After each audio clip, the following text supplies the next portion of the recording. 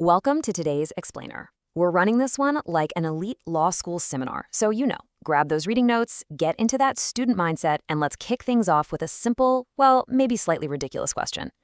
Let's say a hitman breaches a contract with you. Can you actually sue him in civil court for damages? Yeah, the answer is a hard no. And the reason comes down to our very first piece of black-letter law. It's this foundational concept called void ab initio, literally void from the beginning. It means the contract has absolutely zero legal effect. Courts just flat out refuse to even acknowledge that inherently illegal agreements exist. Since the subject matter is, a literal crime, the law treats the whole deal like it never even happened. So here's our syllabus for today. We're going to run through the illegality defense, the doctrine of equal fault, some critical exceptions, public policy limits, and finally, lock down those key takeaways you're definitely going to need for your exam. All right, Section 1, the illegality defense and equal fault. Let's see exactly what happens when both parties willingly jump into a completely illegal bargain. Pull up your notes for our first case brief, Cochran v. Del Fava. This one comes out of New York back in 1987, and it centers on a classic 1980s pyramid scheme. In the case, they actually called it the airplane game. I want you to put yourself in the student's shoes for a second. Imagine you dropped $2,200 to join this scheme as a passenger. Your goal, obviously, is to move up the ranks, become a pilot, and cash out big. But before you make a single dime, the whole scheme completely collapses. The plane crashes, so to speak. Can you march into a civil court and demand a refund of your investment? Well, let's break down the arguments. The plaintiff, Miss Cochran, was basically like, hey, the scheme collapsed, you kept my money, I want it back. But check out the defendant's counter. They argued, look, you knew this was a totally illegal game when you bought your ticket. The court shouldn't be helping you out.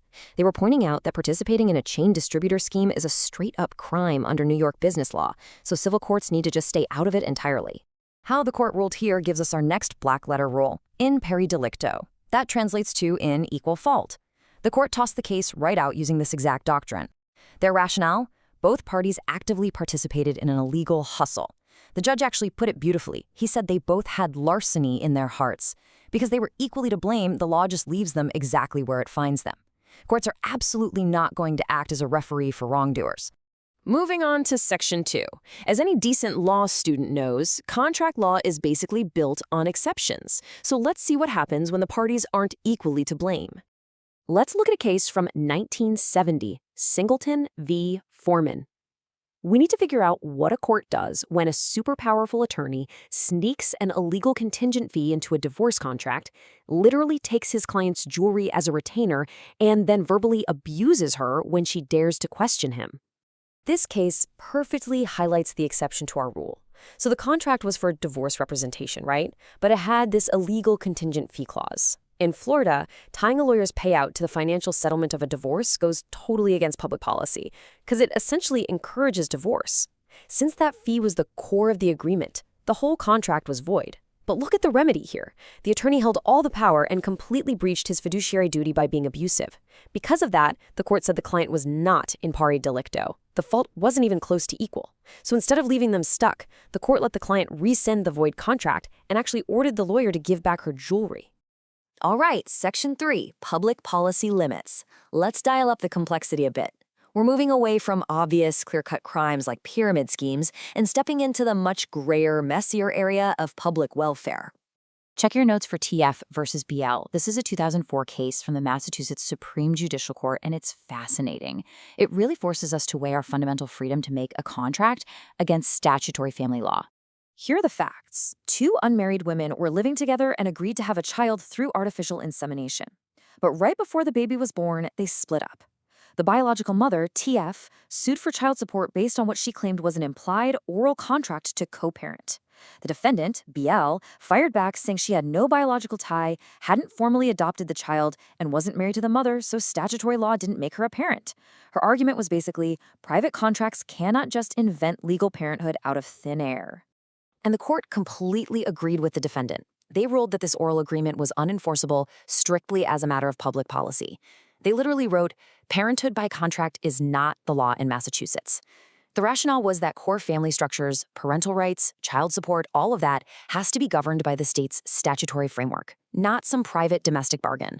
For the welfare of society, you just can't contract your way into or out of being a legal parent. Okay, let's pivot from family policy over to business policy with Troutman v. Southern Railway.